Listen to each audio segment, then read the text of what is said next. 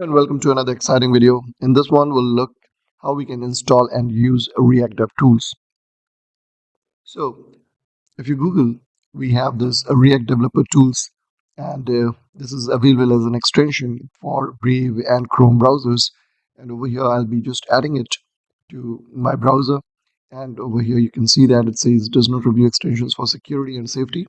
Install this extension only if you trust the developer. Go ahead and click on Add Extension, and this is going to add the extension to our toolbar over here.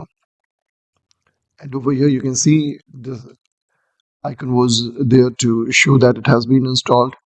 Now let's go ahead and reload this web page that we have, and here you can see the extension now.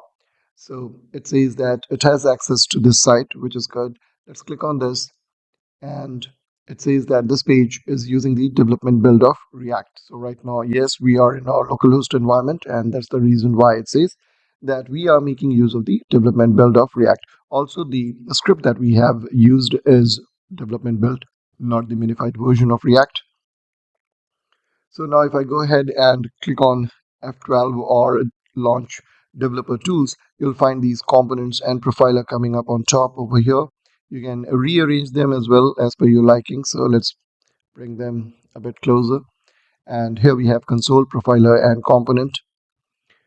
Now, if you click on component, you will be able to identify what all components this particular page is having. The first one being the app itself, and then the other one as Pokemon info. On the right side, if you see, there are a couple of options. Like over here, if you want to log this particular component in the console log, you can click on this one.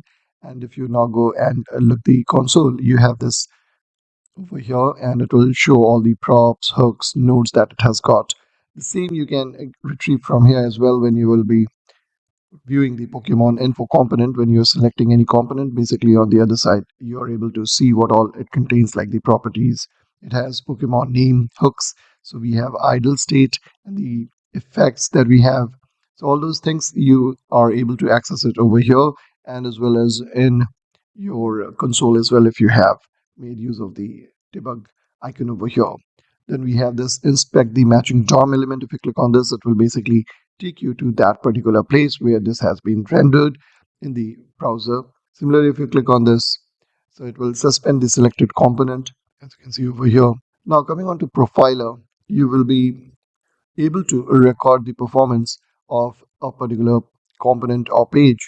For example, if I have this page over here, and if I click on this start, so it has started the recording now. Let's go ahead and try doing something on the page, and it is going to give us the result. After this, you can just stop this, and you will have the profiler available. So here you can see 4 options are available. This one is the first immediate, and then you have the next one, and then the next one, and then the last one. So here, if you click on this first one, you will see that app and Pokemon both got rendered over here, and it will show you the time.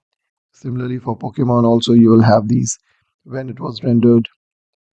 If you click on ranked over here, you'll get a different timeline. And here you can go ahead and click on other tabs, and it will accordingly show you all the relevant information related to that has been captured. So to review, React DevTools is a browser extension that provides a set of debugging and profiling tools specifically designed for React applications. It's available for popular browsers like Chrome, Firefox, Brave, Edge. React DevTools allows developers to inspect the component hierarchy, view and modify component state and props, and profile the performance of React applications. Using this, you can do component tree inspection, component state and props, highlight the updates, time travel debugging, profiler that we have just now explored, hooks inspection, React context inspection, and browser extension. So to use React DevTools, you typically install the browser extension, open the browser tool in your browser, and navigate to the tabs that we have over here, like components and profiler. From there, you can explore the component tree, inspect state and props, and leverage the various debugging and profiling features.